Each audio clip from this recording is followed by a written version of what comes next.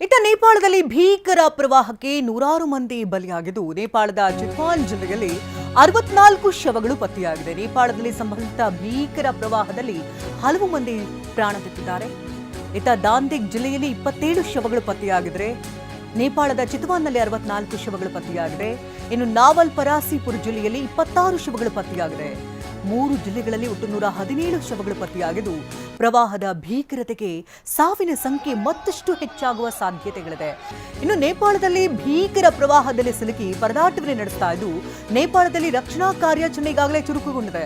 Helicopter ಮೂಲಕ rescue operation ಕೂಡ ನಡೀತಾ ಇದ್ದು ಪ್ರವಾಹ ಪೀಡಿತ ಪ್ರದೇಶಗಳಲ್ಲಿ ಸಿಲುಕಿರೋರನ್ನ ರಕ್ಷಣೆ ಕೂಡ ಮಾಡಲಾಗ್ತಾ ಇದೆ.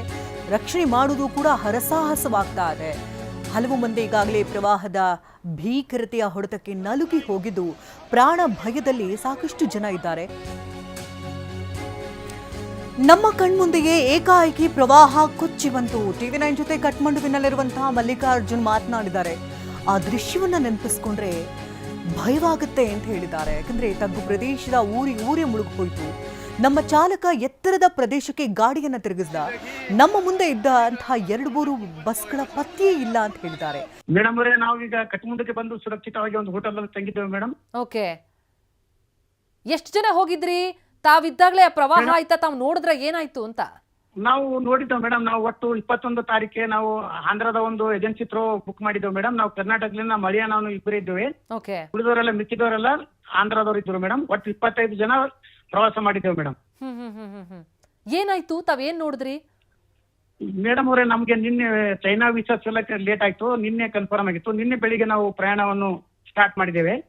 ಒಂದು 2 ಗಂಟೆ ಜರ್ನಿ ಆದ್ಮೇಲೆ 2 ಗಂಟೆದ ಪ್ರಯಾಣದ ನಂತರ ಜಸ್ಟ್ ಇನ್ನೂ ಒಂದು 200 ಮೀಟರ್ ಇದ್ದಿಲ್ಲ ಸರ್, ಒಮ್ಮೆ ಸಡನ್ಲಿ ಫ್ಲಡ್ ಬಂತು. ಒಮ್ಮೆ ಭಯಂಕರ ಆ ದೃಶ್ಯವನ್ನು ನೆನೆಸಿಕೊಂಡ್ರೆ ಇದಾಗುತ್ತೆ. ಅಷ್ಟು ಹೊಗೆ ಬಂದು ಒಮ್ಮೆ ಏನ್ ಊರೇ ಮುಳುಗಿ ಹೋಗ್ತಾ. ನಾವು ತೆಗ್ಗು ಪ್ರದೇಶದ ಬಂದಿದ್ದೇವೆ ಮೇಡಮ್. ಅದೊಂದು ಊರು ಪಟಟ ಅಂತ ಏನೋ ಊರು ಅದ ಹೆಸರು.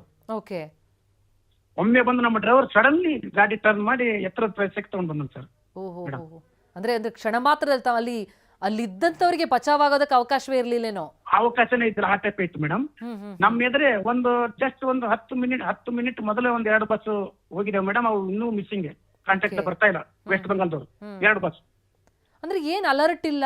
ಯಾವ ಹವಾಮಾನ ವೈಪರೀತ್ಯ ಆಗುತ್ತೆ ಏನು ಅಲರ್ಟ್ ಇಲ್ಲ, ಏನು ಎಲ್ಲ ಇಲ್ಲಿ ಕ್ಲೈಮೇಟ್ ಕ್ಲಿಯರ್, ಏನು ಮಳೆವೇ ಇಲ್ಲ. ಓಕೆ, ಆಮೇಲೆ ಏನ್ ಇನ್ಫಾರ್ಮೇಶನ್ ಸಿಗ್ತಾ ಇದೆ ಈಗ ಸದ್ಯಕ್ಕೆ? ಹೆಂಗಿದೆಯಂತೆ ಪರಿಸ್ಥಿತಿ ಈಗ ಮೇಡಮ್? ಏನಾಗ್ತಾ ಇದೆ, ಎಲ್ಲ ಫುಲ್ಲು ಅಲ್ಲಿನ ಜನ ಭಯಂಕರ ಬಹಳ ಲಾಸ್ ಆಗಿದೆ. ಇಮಿಗ್ರೇಷನ್ ಆಫೀಸು, ಚೈನಾ ಬಸ್ಗಳು ಅಲ್ಲಿ ಇಮಿಗ್ರೇಷನ್, ನಾವು 1 ಗಂಟೆ ಇದ್ರೆ ಅಲ್ಲಿ ಬಸ್ನಾಗೆ ಕುಳಿತುಕೊಳ್ಳೋದಿದ್ದೇವೆ ನಾವು. ಚೈನಾ ಬಾರ್ಡರ್ ತಲುಪ್ತಾ ಇದ್ದೀವಿ ನಾವು. ಓಕೆ, ನಮ್ಕಿನ ಮೊದಲು ಹೋದವರು ತಮಿಳುನಾಡದವರು ಅಂತೇಳಿ ಜಗ್ಗಿ ವಾಸುದೇವ್ ಜಗ್ಗಿ ಮಹಾರಾಜ್ ಸಂಘಟನೆ ಈಶಾ ಫೌಂಡೇಶನ್ ಅವರು. ಈಶಾ ಫೌಂಡೇಶನ್ 70 ಜನ ಮಿಸ್ಸಿಂಗ್ ಮೇಡಮ್. ಅಲ್ಲಿ ಇಮಿಗ್ರೇಷನ್ ಹತ್ರ ಇದ್ರು ಚೈನಾ ಬಾರ್ಡರ್. ಓಕೆ, ಅಲ್ಲಿಂದ ಮುಂದಕ್ಕೆ ಹೇಗ್ ಬಂದ್ರಿ ಮೇಡಮ್? ನಮ್ಗೆ ಬರ್ಲಕ್ಕೆ ಈ ಕಡೆ ಏನು ಯಾವ್ದು ನಮ್ಗೆ ಅಡೆತಡೆ ಆಗಲಿಲ್ಲ. ಇಮಿಡಿಯೇಟ್ಲಿ ಆಗಿ ನಮಗೆ ನಮ್ಮ ಡ್ರೈವರ್ ತಂದು ಎತ್ತರ ಪ್ರದೇಶಕ್ಕೆ ಬಂದು 1 ಗಂಟೆ ಅಲ್ಲೇ ನೋಡಿ